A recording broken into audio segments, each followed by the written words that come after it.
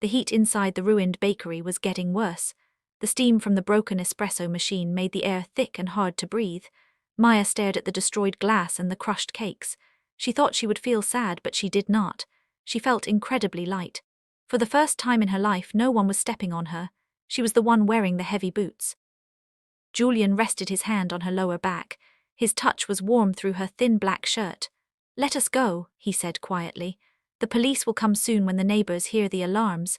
We will not be here when they do." Maya nodded. She did not look back up the stairs where Marcus was crying. She walked out of the bakery with Julian, stepping over a broken pink chair. The bright afternoon sun hit her face. The 4 massive guards were already waiting by the SUVs. 2 of them were carrying heavy red gas cans from the trunks. They walked past Maya and Julian and went straight into the bakery.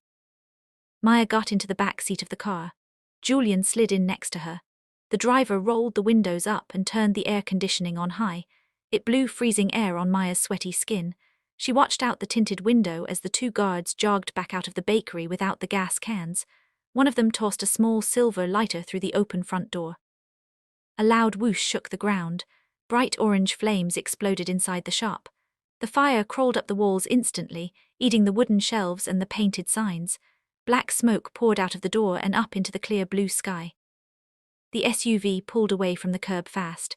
Maya watched her old life burn in the side mirror until the car turned the corner and the smoke was just a dark smudge in the distance. "He got out right?" Maya asked. Her voice was quiet. "Marcus."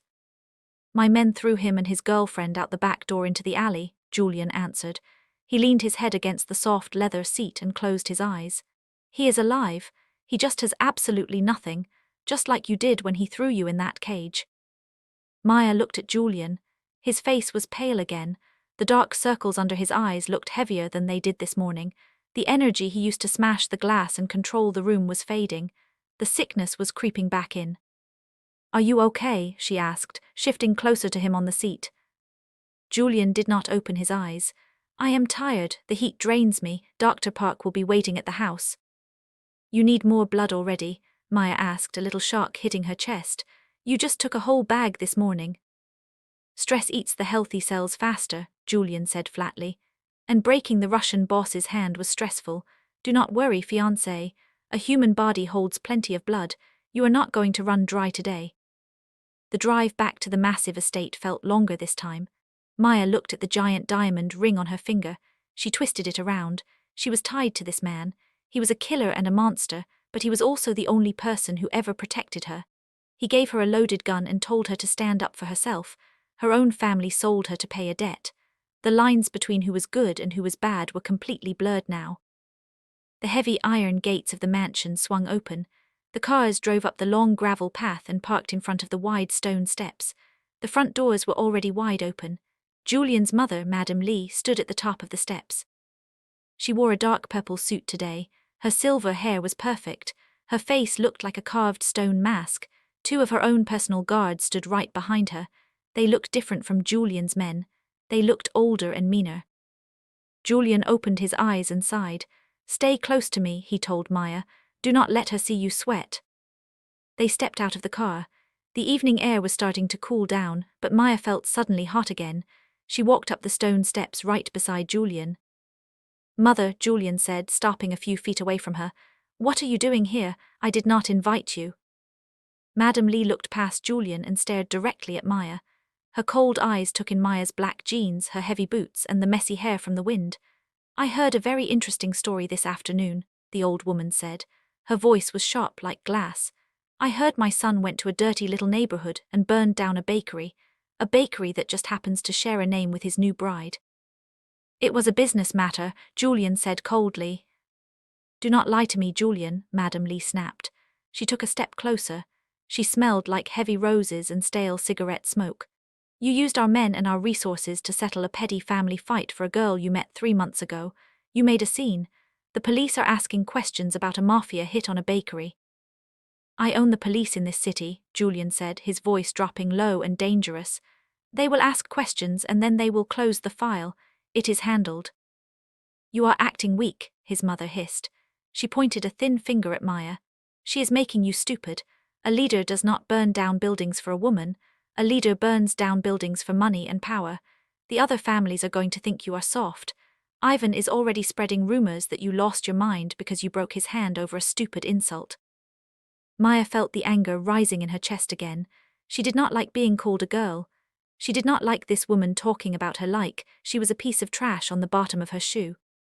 He broke Ivan's hand because Ivan touched what belongs to him, Maya said loudly. Madame Lee stopped yelling and slowly turned her head to look at Maya. The old woman's eyes narrowed into tiny slits. Excuse me. You heard me, Maya said. She stepped out from behind Julian. She stood tall. She remembered the feeling of the heavy gun in her hand. You told me at dinner that surviving was not enough. You told me I had to have hate in my heart to stand next to him. Well, I do. The people who owned that bakery hurt me. So Julian let me burn it down. He showed the entire city that no one messes with his family, not even my own blood. Madame Lee stared at her. The silence on the steps was thick and heavy. The guards shifted their weight nervously. Nobody ever talked back to Madame Lee. You have a very big mouth for someone who has no money and no name, the old woman said softly. I have his name, Maya said, holding up her left hand so the giant diamond caught the fading sunlight. That is the only name that matters in this city. Julian let out a very low, dark chuckle. It was a terrifying sound. He stepped up and wrapped his arm around Maya's waist, pulling her tight against his side. She is right, Mother. Maya makes her own rules now. If you have a problem with how I run my city, you can take it up with the family council. But stay away from my house and stay away from my fiancé. Madame Lee looked at Julian, then at Maya. Her jaw was tight. You are playing a very dangerous game, Julian. This little street rat is going to get you killed, and when she does, I will personally throw her body in the ocean. The old woman turned around and walked down the steps, her guards right behind her. She got into a silver car waiting at the bottom of the driveway and drove away fast. Maya let out a massive breath. Her knees felt a little weak. She looked up at Julian. Did I say the right thing? You said exactly what you needed to say, Julian answered, but his voice sounded thin. His grip on her waist loosened. He stumbled a little, grabbing the heavy stone pillar next to the door to keep from falling. Julian, Maya grabbed his arm. His skin felt cold and damp through his suit jacket. We need to get you inside. Dr. Park, Julian gasped softly. His eyes were half closed. Maya threw his heavy arm over her shoulder. She was strong from lifting giant bags of flour for years, but Julian was pure muscle. She grunted under his weight and helped him walk through the front doors. The maids saw them and gasped, but Maya glared at them. Don't just stand there, go get the doctor, Maya yelled. One of the maids ran down the hall fast. Maya helped Julian walk to the private elevator hidden behind the main staircase. They rode up to the third floor in total silence. Julian was breathing hard. The sickness was moving fast now. It was like a switch had been flipped inside his body. They got to his massive bedroom. Maya helped him walk to the bed. He collapsed onto the dark silk sheets. He looked terrible. His lips were slightly blue. The bedroom door opened and Dr. Park rushed in carrying his black leather bag.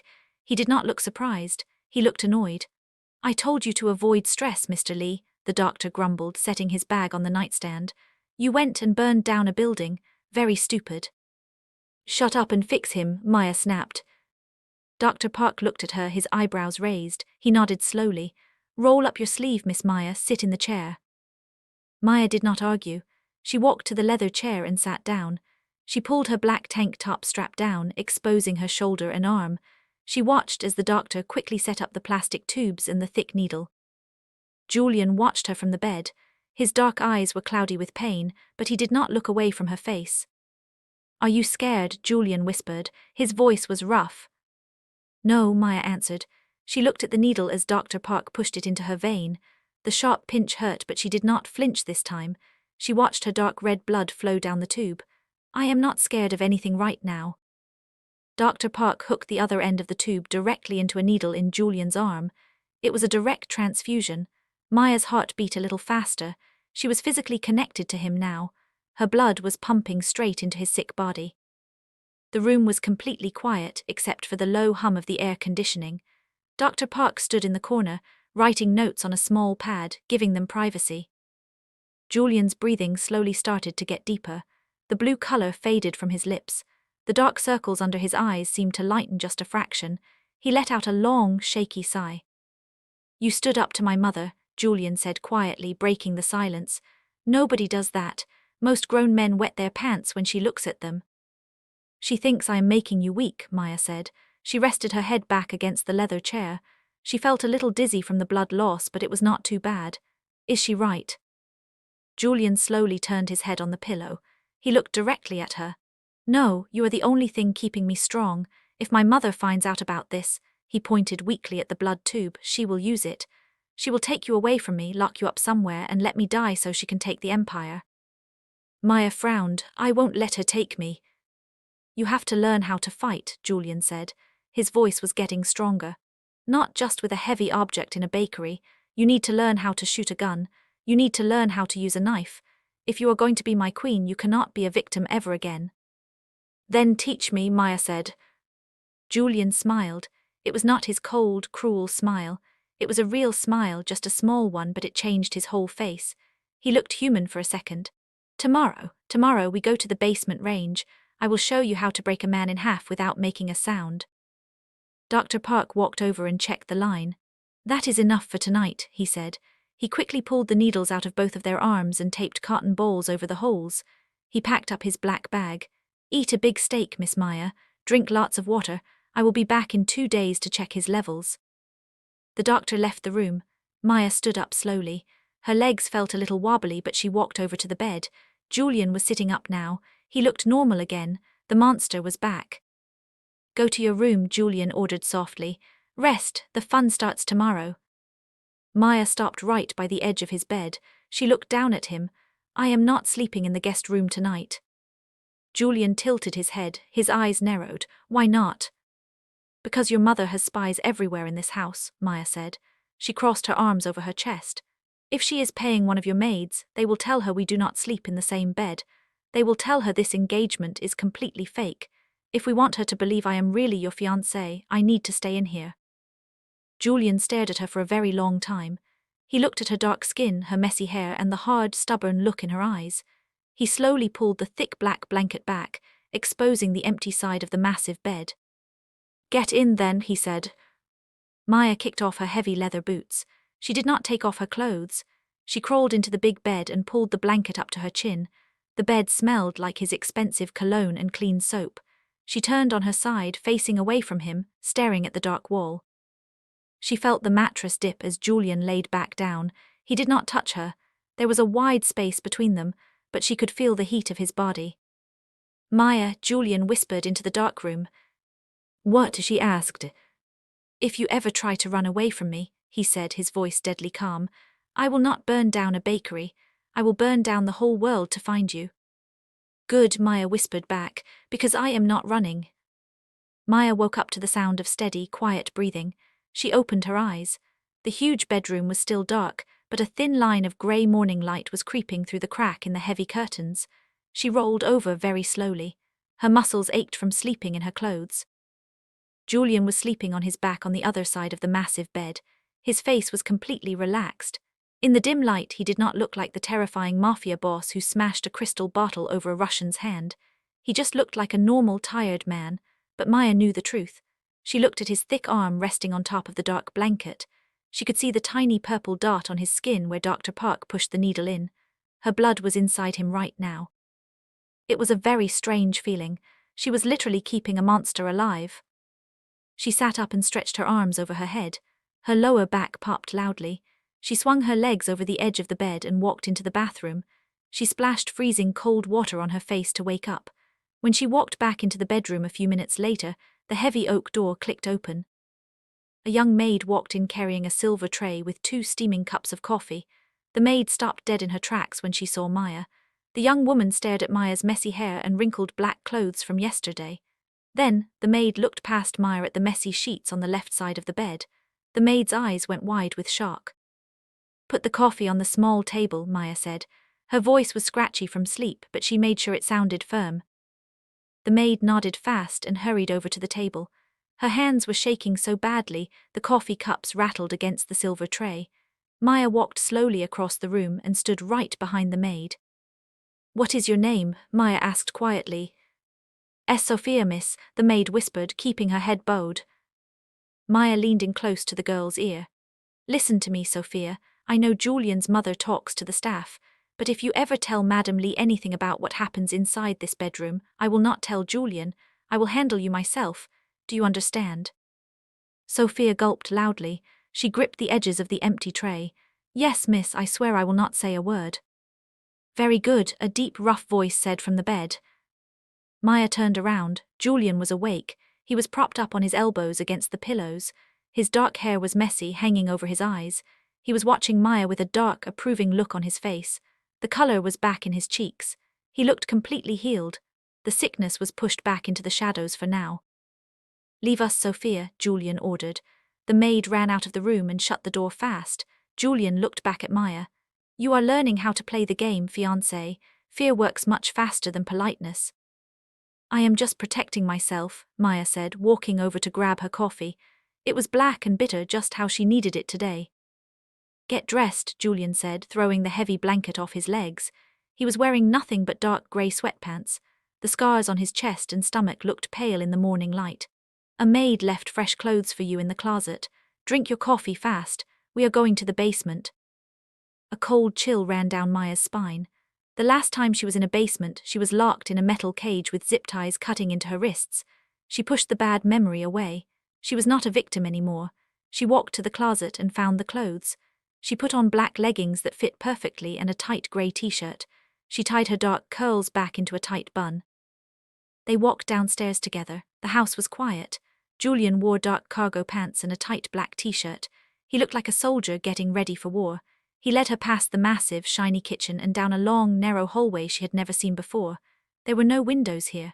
At the very end of the hall was a heavy steel door. It looked like the door to a bank vault. Julian typed a long, 6-digit code into a glowing red keypad. The heavy door clicked loudly and swung open. The smell of cold metal and sharp gun all hit Maya's nose instantly. She stepped inside and stopped breathing for a second. This basement was not a dirty, damp cell. It was a massive, bright war room. The walls were completely covered in weapons. Hundreds of guns hung on metal racks. There were long black rifles, heavy shotguns, and pistols of every shape and size. Wooden crates filled with bullets were stacked almost to the high ceiling. At the far end of the huge room was a long, bright shooting range with paper targets hanging in the distance. Before Maya pulls the trigger for the very first time, take a quick second to leave a like on this video. Hitting that like button is the best way to help the algorithm push more dark and gritty romance stories right to your feed. I also want to know what you guys think down in the comments. Would you rather learn how to shoot a gun from a dangerous mafia boss, or would you rather run away and try to survive on your own? Also, do you predict Maya is going to be a natural at this, or is she going to totally freeze up? And have you ever been in a situation where you had to completely change your personality just to survive a bad environment? Drop your answers below. If you are hooked on this story, hit subscribe so you never miss an upload. Now, let's get back to the basement. Julian walked over to a long metal table covered in cleaning rags and tools. He picked up a heavy black handgun. He pressed a button and the magazine dropped out into his hand. He checked it, slid it back in with a loud click, and pulled the top of the gun back to load a bullet into the chamber. He held the gun out to Maya, handle first. Maya stared at it. She remembered how heavy it felt yesterday in the bakery when she smashed the glass case. But today was different. Today she was going to shoot it. She reached out and wrapped her fingers around the grip. It is a 9mm, Julian said. His voice echoed slightly in the large concrete room. It is heavy, but the recoil is manageable. Walk to the yellow line. Maya walked forward until the toes of her boots touched a thick yellow line painted on the floor. She looked down the long tunnel. 50 feet away, a paper target hung from a wire. It was a drawing of a man holding a gun. Hold it up, Julian ordered. Maya raised her arms. The gun felt heavy. It made her hands shake just a little bit. Julian let out an annoyed sigh. He stepped up right behind her. He did not leave any space between them. His hard chest pressed directly against her back. Maya gasped softly at the sudden contact. She could feel the heat radiating off his body. She could smell his mint toothpaste and his expensive soap. He reached his large arms around her, trapping her. His big hands covered her small ones over the gun. You are holding it like it is a delicate piece of glass, Julian whispered. His mouth was right next to her ear. His deep voice sent a strange shiver down her neck. It is not glass. It is a tool made to break things. Grip it harder. Maya squeezed the handle until her knuckles turned a lighter shade of brown. Spread your feet apart, Julian instructed. He nudged her right boot with his shoe, forcing her legs wider. Give yourself a solid base. If you stand straight up, the kickback will knock you right onto your ass. Lean forward, lean into the violence. Maya leaned forward slightly. Julian moved with her, keeping his chest pressed tightly against her back. He was guiding her completely. Look at the paper, Julian said softly. Do not look at the whole man, pick one spot. Pick the center of his chest, stare at it until everything else in the room disappears. Tell me when you see it. Maya stared down the tunnel. She ignored the hanging lights. She ignored the concrete walls. She focused entirely on the black circle in the middle of the paper man's chest. She took a slow, deep breath. I see it, she whispered. Good, Julian said. He slowly pulled his hands away from hers, but he stayed standing right behind her. Now put your finger on the trigger. Do not yank it. Squeeze it slowly, like you are trying to squeeze a drop of water out of a stone. When the gun goes off, it should surprise you. Maya slid her pointer finger onto the cold, curved metal of the trigger. Her heart was beating so fast she thought Julian could probably feel it against his chest. She thought about the paper man, but then her mind shifted. The paper man disappeared. Instead, she saw her stepbrother Marcus locking the back door of the bakery. She saw the fat guard in the basement chewing on a jelly donut while she starved. She saw Julian's mother looking at her like she was a piece of trash. Hot anger flared up in her stomach. She stopped shaking. She gripped the gun hard and squeezed the trigger. Bang! The noise was absolutely deafening. Even though she knew it was coming, the explosion made her whole body flinch. The gun kicked back hard, snapping her wrists up toward the ceiling. The sharp smell of burnt sulfur and smoke filled the air instantly. Her ears rang with a high-pitched whine. Maya lowered the gun, her chest heaving. She looked down the tunnel. The paper target was completely untouched. She had missed the entire piece of paper. Shit, Maya cursed, her face turning hot with embarrassment. You closed your eyes, Julian said flatly. He stepped to the side, looking at her profile.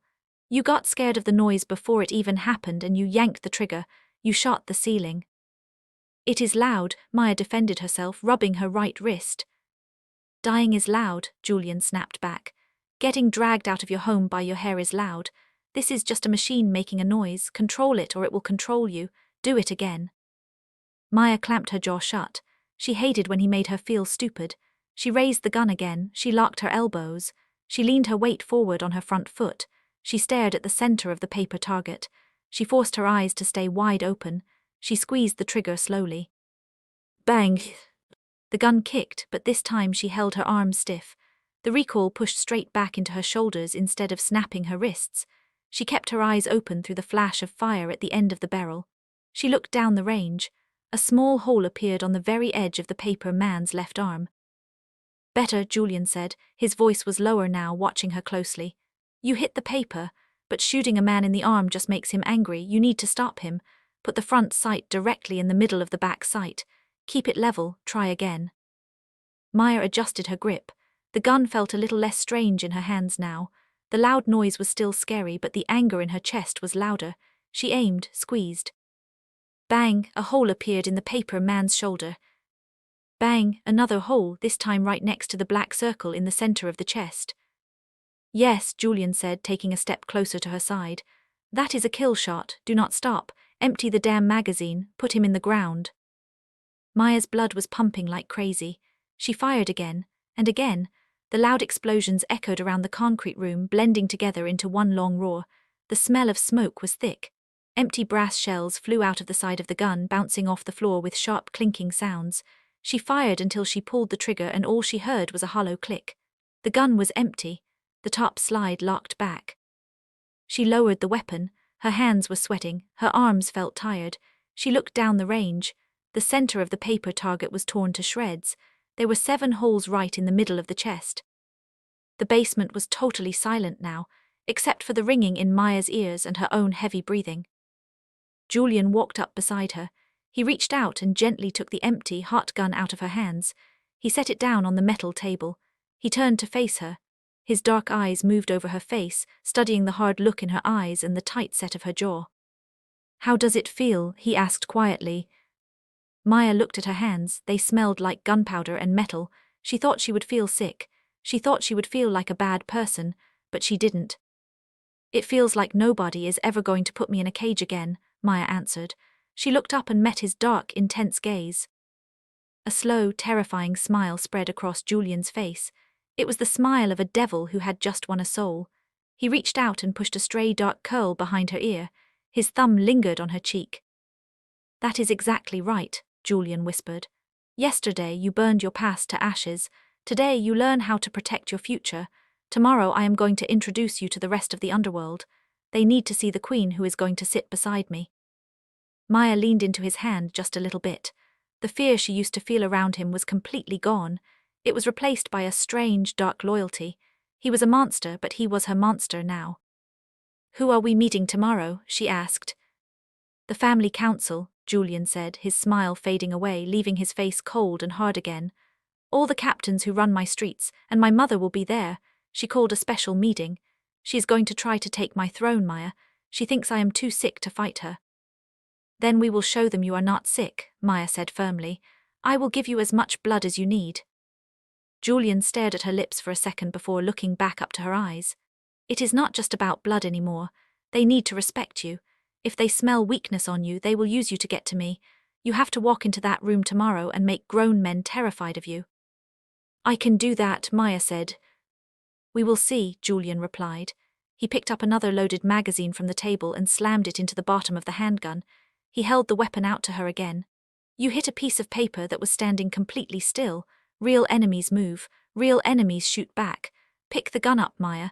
We are going to be down here for a very long time." Maya took the gun. The metal was still warm from the last shots. She turned back around, planted her boots firmly on the yellow line and raised the weapon. She was ready. Maya picked up the gun again. For the next 3 hours the underground basement echoed with the deafening roar of gunfire. Julian did not let her stop. When her arms got tired and started to shake, he made her hold the heavy weapon up until her muscles burned. When her aim got sloppy, he yelled at her. He was not a nice teacher. He was a ruthless boss, and he pushed her to the absolute edge. Finally, she pulled the trigger and the gun clicked empty. Maya dropped her arms. She was dripping with sweat. Her shoulders felt like they were on fire, and her hands were completely numb. Julian walked over to the long metal table. He put the empty guns away. He opened a heavy black drawer and pulled out something shiny. He walked back to her and held out a long, black combat knife. The blade looked razor-sharp and deadly. "Bullets run out," Julian said, his breathing perfectly calm while Maya was panting heavily. "Guns jam. You need to know how to use this." Maya stared at the knife. "You want me to stab a piece of paper now?" "No," Julian said. He flipped the knife in his hand so he was holding the sharp blade, offering her the thick rubber handle. "I want you to try and stab me." Maya's eyes went wide.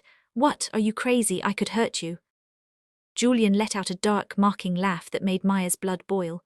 "You are a baker who just held a gun for the first time 2 hours ago. You cannot hurt me, Maya. I want you to try." Maya grabbed the handle of the knife. It was much heavier than she expected. She looked at his broad chest. "I am not going to stab you, Julian." "Do it," he snapped, his voice dropping into a dangerous growl. "Your stepbrother is coming at you. A Russian guard is trying to grab you. Fight back." Maya yelled out loud and lunged forward. She swung the knife hard at his stomach.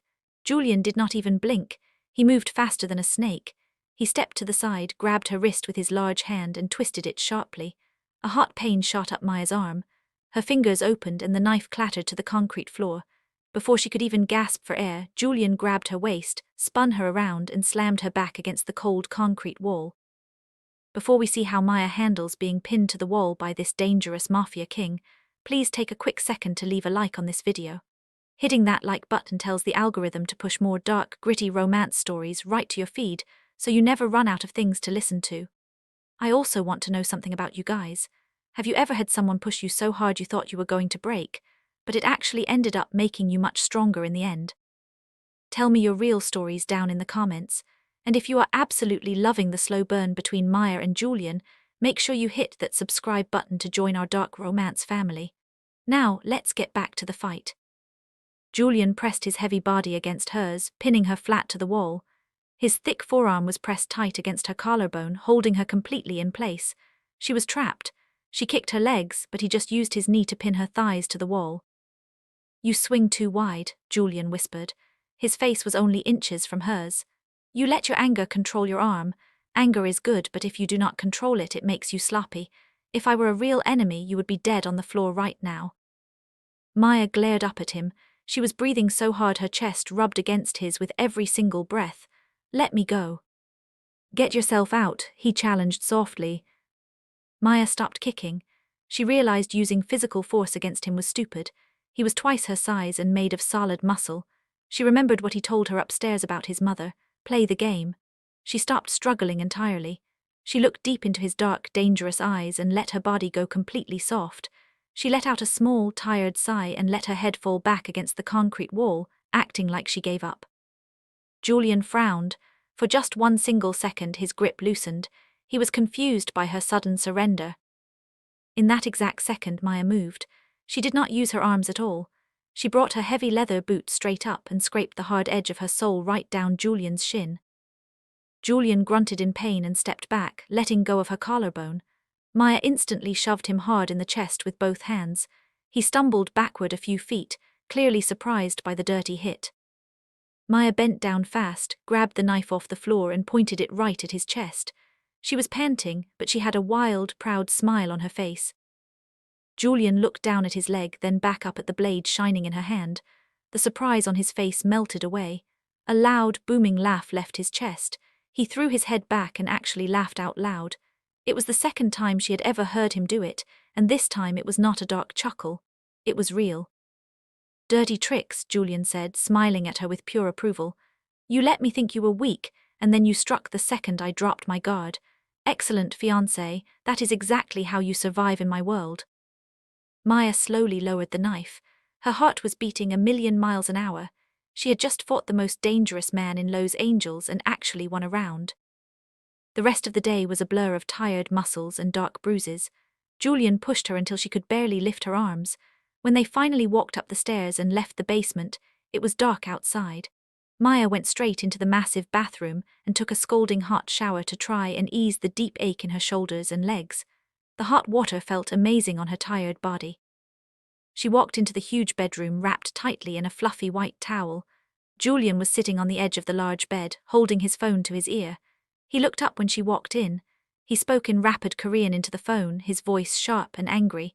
He sounded like a boss giving orders for a war. Then he hung up and tossed the phone onto the bed. "What is wrong?" Maya asked, holding her towel tight against her chest. "My mother," Julian said, rubbing his dark eyes. "She is moving fast.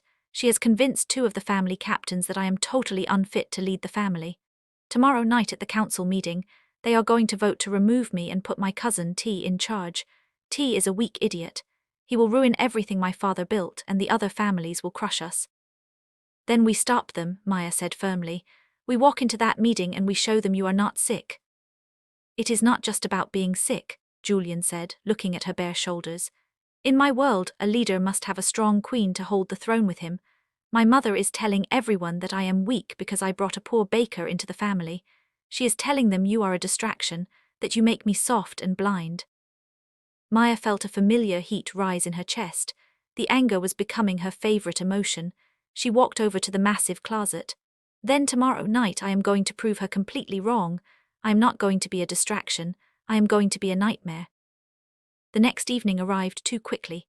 Maya stood in the center of the massive bathroom. The same team of silent women Julian's mother had sent before were not here today. Julian did not want anyone from his mother's side touching Maya ever again. He hired a private stylist, a quiet man who brought 3 massive garment bags into the room and left without saying a word. Maya unzipped the bags. She did not want a velvet dress today. A dress was for a fancy party. Tonight was a war. She chose a dark, blood-red pantsuit. The jacket was tailored perfectly, hugging her waist and flaring out slightly at the hips. The pants were tight and long, hiding the sharp black boots she wore underneath. Under the red jacket she wore nothing but a black silk bralette. It was bold. It was dangerous. She pulled her own hair back into a sleek, high ponytail that whipped like a snake when she turned her head. She painted her lips a dark, matte red that matched the suit perfectly. Julian walked into the bedroom just as she stepped out of the bathroom. He froze in his tracks. He wore a pure black suit again, but tonight he wore a long black coat over it. He looked like a living shadow, and she looked like a walking fire. He walked slowly toward her. His eyes moved from the top of her head down to her boots. He did not say she looked pretty. Instead, he reached into his long coat pocket and pulled out the heavy black 9mm handgun she had fired in the basement. He held it out to her. Maya took the gun. She checked the heavy magazine just like he taught her yesterday. It was full of bullets. She shoved the gun into a hidden black holster inside the waistline of her red pants. The fitted jacket completely covered the weapon. "You look like a queen," Julian said quietly. His eyes were dark and heavy with something that looked a lot like desire. "I feel like a killer," Maya replied, lifting her chin. "Good," he said softly, "because tonight blood will be spilled." They rode in total silence in the back of the heavy, armored SUV. The driver took them deep into the dirty industrial district of Los Angeles. There were no bright neon lights here, just dark, empty warehouses and quiet, broken streets. They pulled up to an old, massive meatpacking plant. It looked abandoned from the outside, but Maya saw the glint of metal from men holding rifles standing on the flat roof. Julian took her hand before they stepped out of the car. His grip was tight. "Do not speak unless I tell you to. My mother will try to make you angry. She wants you to look stupid and emotional in front of the captains. Keep your face completely cold. Let me handle the dogs." "I understand," Maya said, squeezing his hand back. They walked through heavy steel doors into the building. The inside did not look like a meat plant at all. It had been converted into a massive, luxurious meeting hall hidden from the police. The floors were shiny dark wood. Giant crystal chandeliers hung from the rusted steel beams above. In the center of the massive room was a long, dark table. 10 men sat around the table. They were all older, wearing expensive suits and smoking cigars. They were the captains, the men who controlled the drugs, the guns, and the dirty money of the city. At the very head of the table sat Julian's mother, Madame Lee. She wore a silver dress and looked perfectly calm. Sitting right next to her was a young, arrogant-looking man with slicked-back hair. Julian's cousin, T.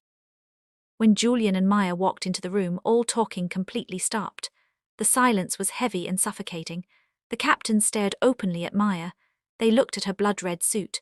They looked at the massive diamond ring shining on her finger. They looked at the way she held her head high, completely unafraid of the monsters in the room. Julian pulled out a heavy wooden chair at the opposite end of the table from his mother. He waited for Maya to sit first. She sat down smoothly, keeping her back perfectly straight. Julian sat next to her and rested his hands flat on the table. "You are late, Julian," Madame Lee said. Her sharp voice echoed loudly in the large room. "I run this city, Mother," Julian said coldly, staring right into her eyes. "I am exactly on time. Now tell me why you called my captains away from their work." Madame Lee did not flinch when Julian spoke. She just smiled a cold, thin smile. "I called them here because they deserve the truth," she said. She looked around the long table at the 10 captains. "My son is hiding a massive secret from all of you. He is sick. He has a genetic blood disease. His private doctor visits his estate almost every single day. Julian's body is failing and his mind is failing right along with it. That is why he is making incredibly stupid choices." A loud murmur spread around the table. The older men shifted in their heavy wooden chairs. They looked at Julian, trying to see the sickness Madame Lee was talking about.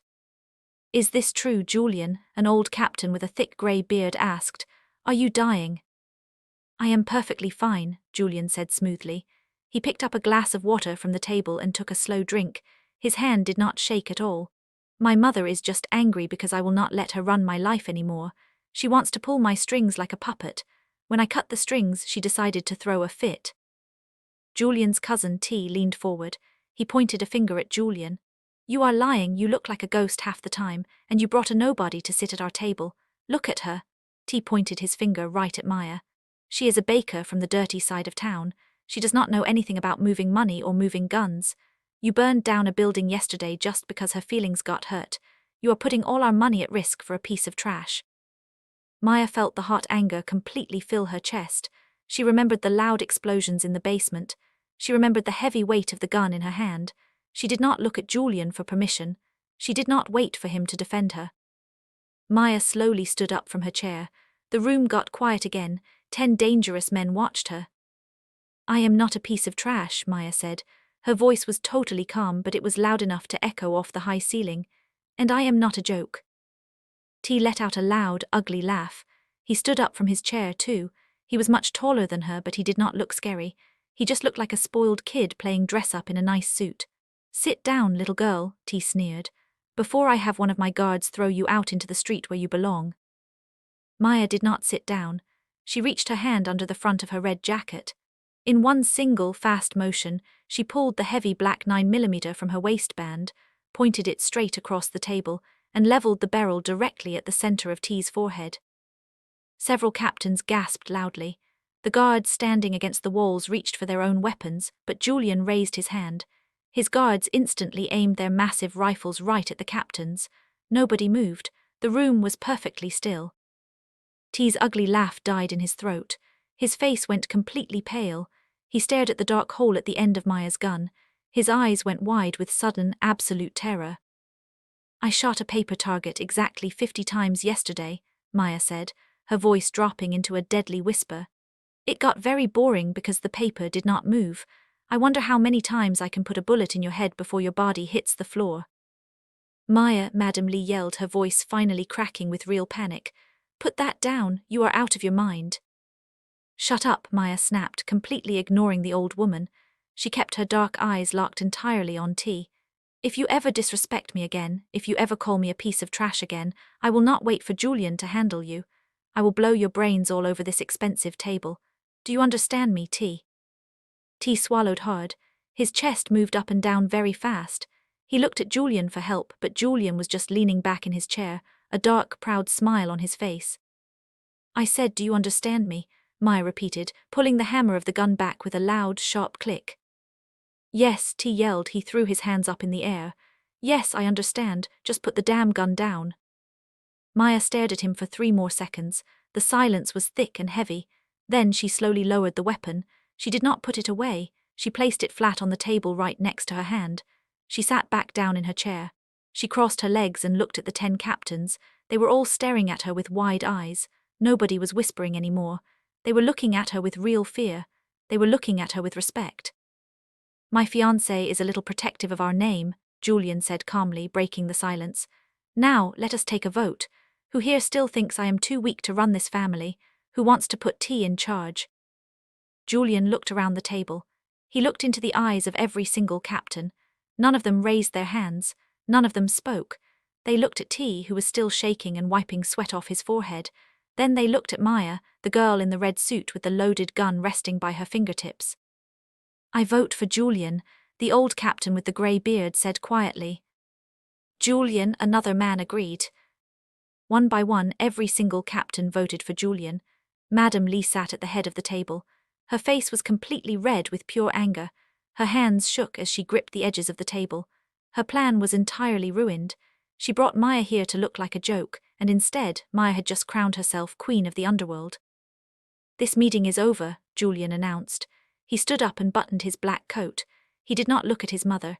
"If anyone ever questions my health or my fiancé again, I will not call a meeting. I will just send my men to your houses." He held his hand out. Maya picked up her gun, shoved it back into her waistband, and took his hand. They walked out of the massive room together. The captains watched them go in complete silence.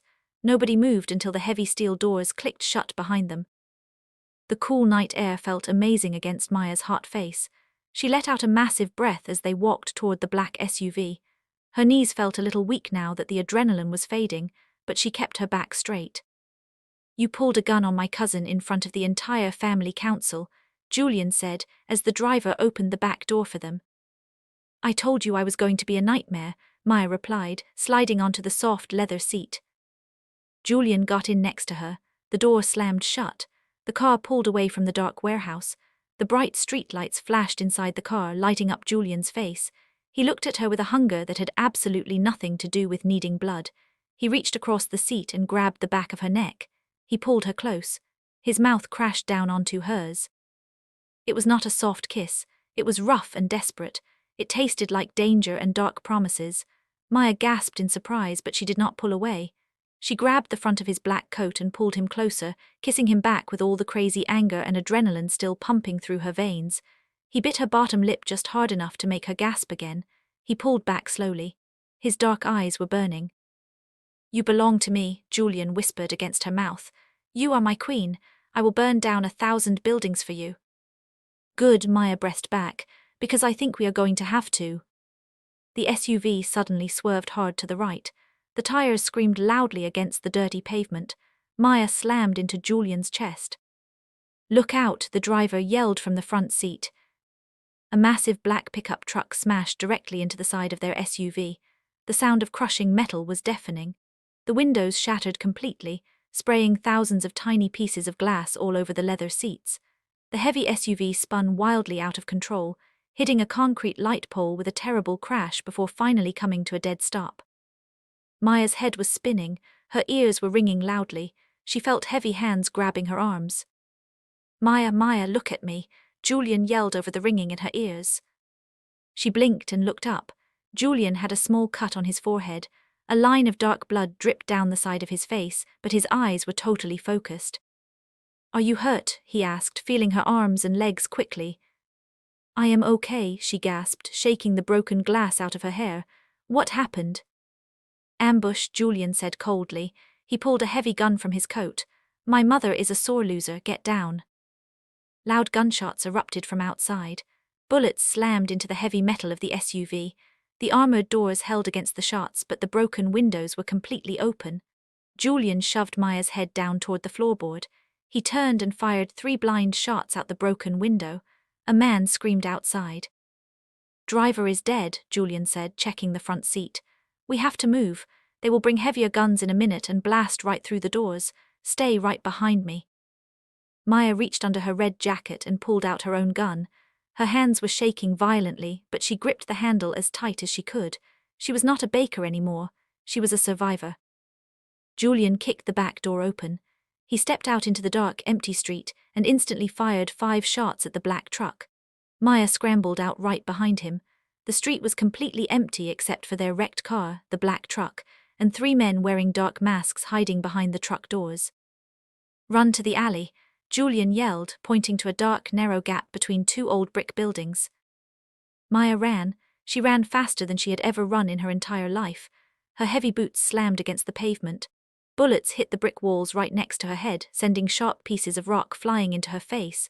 She ignored the stinging cuts. She threw herself into the dark alley. Julian dove in right behind her, grabbed her arm, and pulled her behind a giant, rusted green dumpster. They crouched in the dirty, terrible-smelling darkness. Maya was panting heavily. Her chest felt like it was going to explode. Julian checked his gun. He dropped the empty magazine and slammed a fresh one in. "How many?" Maya asked, trying to keep her voice quiet. 3 left, Julian whispered. "They are Russian. Ivan must have taken my mother's money to do the hit." They heard the slow crunch of boots walking on broken glass. The shooters were moving closer to the alley. "Stay here," Julian ordered softly.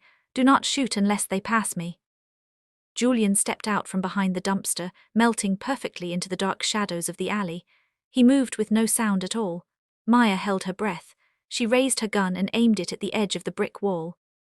A tall man in a dark mask stepped into the alley holding a heavy rifle. Before the man could even turn his head, Julian was behind him. Julian wrapped his thick arm around the man's neck and twisted violently. A loud crack echoed in the tight space. The man dropped to the ground like a sack of rocks. "Hey!" another voice yelled from the street. The second man ran into the alley, raising his gun. Maya did not think, she did not hesitate. She remembered the paper target. She aimed right at the center of the man's chest and pulled the trigger twice. Bangs, bang! The bright flashes lit up the dark alley. The man jerked backward, dropping his gun, and fell flat on his back. "One left," Julian said, stepping over the dead body. Suddenly, a loud click sounded right behind Maya. She spun around. A third man had climbed over the chain-link fence at the back of the alley. He was standing on top of the dumpster, pointing a gun directly down at her head. "Drop the gun, bitch," the man growled in a thick Russian accent. Maya froze. The gun was pointed right between her eyes. She did not have time to raise her weapon. Julian was too far away to reach him. "Drop it," the man yelled again, his finger tightening on the trigger. Maya's heart stopped. But then, a massive black shape dropped from the fire escape right above the dumpster. It landed directly on top of the Russian shooter. The man screamed as a heavy knife plunged deep into his shoulder. The 2 men crashed off the dumpster and hit the dirty ground hard. Maya backed away, raising her gun, but she stopped. The man who had jumped from the roof stood up slowly. He wiped a bloody combat knife on his dark pants. He looked over at Julian and gave a short, respectful nod. "Sorry I am late, boss," the man said in a thick Korean accent. Julian lowered his gun. He let out a long breath. "You are just in time, Jin." Julian walked over to Maya. He grabbed her shoulders and looked her over again. "Are you okay? Did he hit you?" "I am fine," Maya gasped, her whole body shaking. "Who is that?" "This is Jin," Julian said. "He is my best cleaner. He handles the messes my mother tries to make. Come on. We need to get off the street before the cops hear the shots." Jin led them quickly down the dark alley, cut a lock on a chain-link fence, and opened the back door of a plain silver van waiting on the next street over. Maya climbed into the back. Julian climbed in after her. Jin got into the driver's seat and sped away into the night. Maya fell back against the metal wall of the van. The beautiful red pantsuit was ruined. It was covered in dirt, grease from the dumpster, and tiny cuts from the flying brick. She looked down at her hands. They were covered in dark, sticky blood. It was not her blood. It belonged to the man she just shot. A sick, heavy feeling settled in her stomach. She actually killed a real person. Julian saw her staring at her hands. He reached into his coat pocket, pulled out a clean white handkerchief, and gently started wiping the blood off her fingers. His touch was incredibly soft. It was completely different from the violent monster he was in the street. "You saved my life back there," Julian said quietly. "If you did not shoot that man, he would have killed me while I was fighting the other one." "I killed him," Maya whispered. A single tear rolled down her cheek, leaving a clean line through the dirt on her face. "I am a murderer." Julian stopped wiping her hands. He moved closer and wrapped both of his large arms around her. He pulled her tight against his chest. She buried her face in his neck and started to cry. The tough, ruthless act finally broke. The adrenaline left her body, leaving her feeling weak and terrified. "You are a survivor," Julian whispered into her hair, holding her securely. "You protected your family. That does not make you a murderer, it makes you a queen." The silver van bumped over the rough city roads. It smelled like old metal and strong bleach in the back.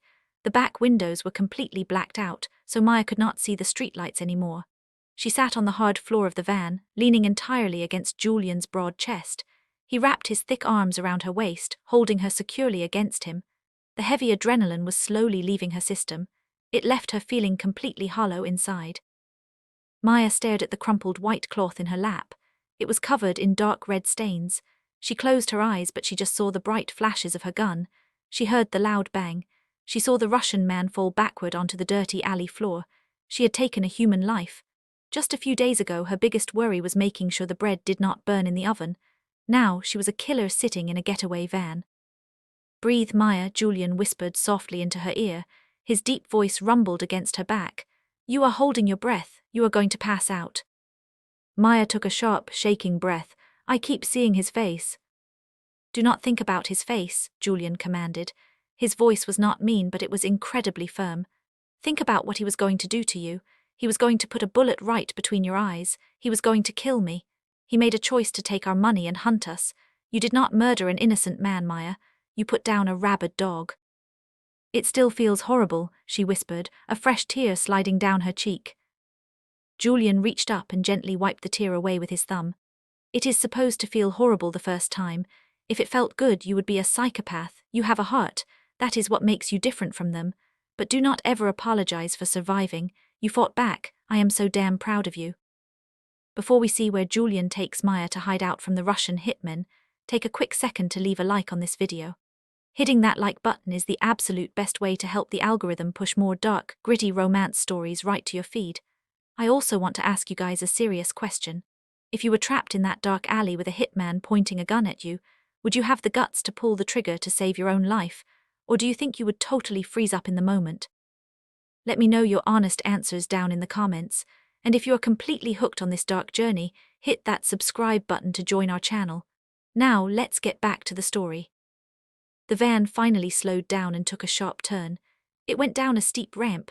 Maya heard the sound of an iron gate opening, and then the van stopped in a quiet, echoing parking garage. "We are here, boss," Jin said from the front seat. He turned the engine off. "This is the safe house. Nobody knows about this building except me, not even your mother." "Good work, Jin," Julian said. He let go of Maya and shifted his weight to stand up. Suddenly, Julian let out a sharp hiss of pain. He grabbed his side and fell heavily back against the metal wall of the van. His breathing got very fast and shallow. Julian, Maya scrambled toward him. She grabbed his arm. His skin felt like pure ice. The cut on his forehead had stopped bleeding, but his entire face was completely pale. His lips were turning a scary shade of blue. The crash, Julian gasped, his eyes rolling back just a little bit. The stress, it triggered it. My levels are dropping fast. Jin opened the back doors of the van quickly. He took one look at Julian and swore loudly in Korean. He needs his doctor right now. I will go get Dr. Park and bring him here. No, Julian choked out, grabbing Jin's collar with a weak hand.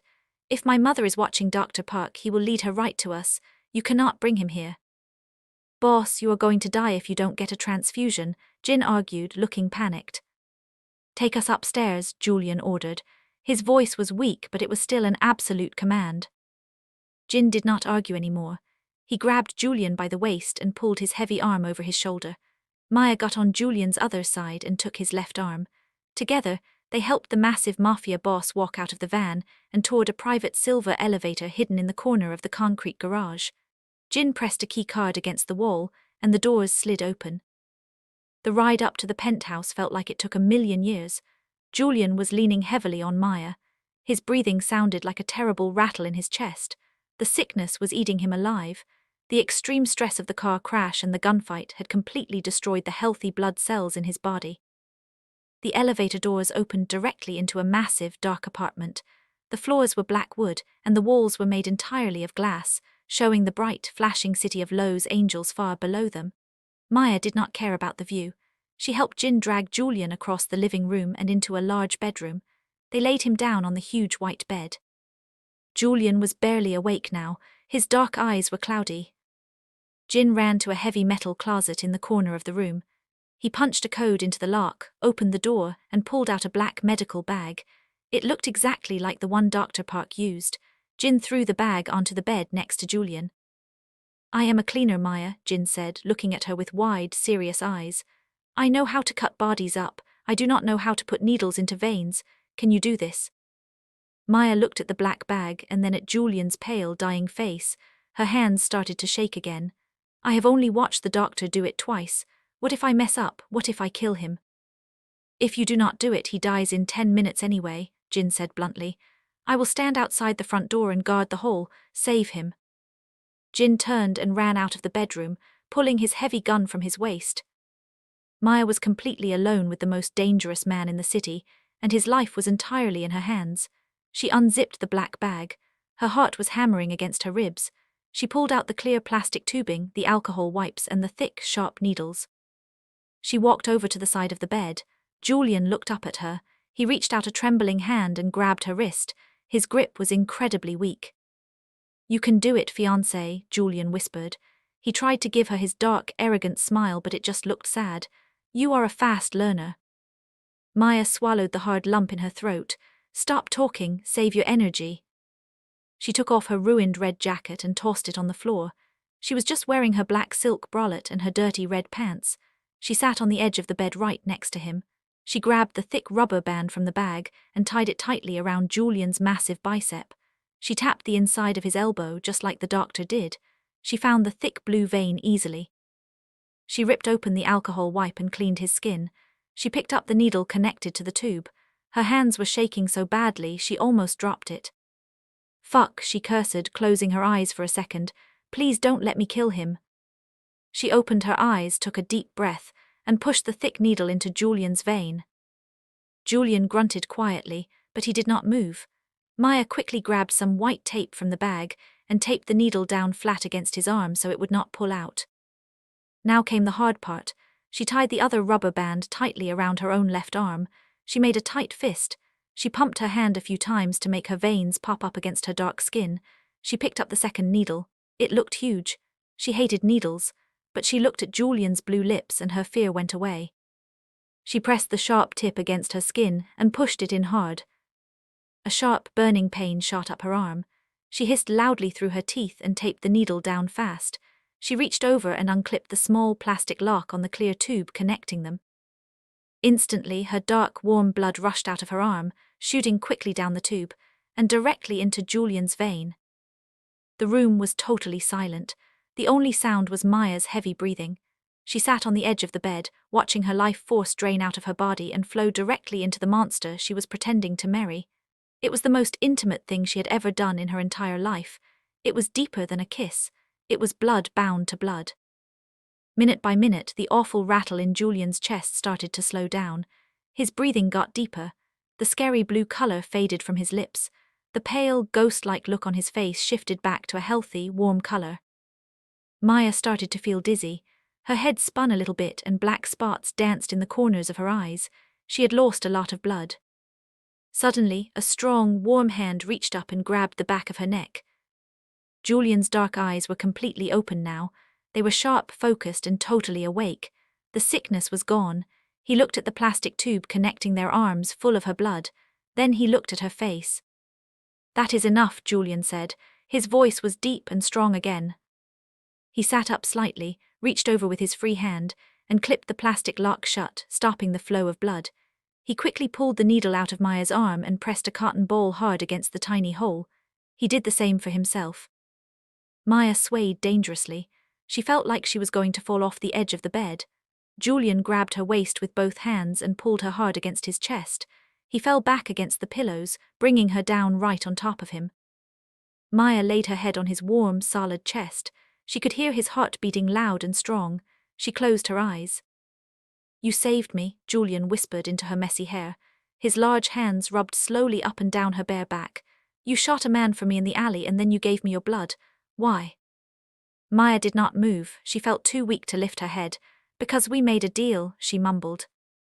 Julian let out a low, dark chuckle. He rolled over suddenly, flipping them so her back hit the soft mattress, and he was hovering directly over her. He caged her in with his massive arms. He looked down at her. His eyes were burning with a crazy, intense fire. "It is not a deal anymore, Maya," Julian said, his voice completely raw.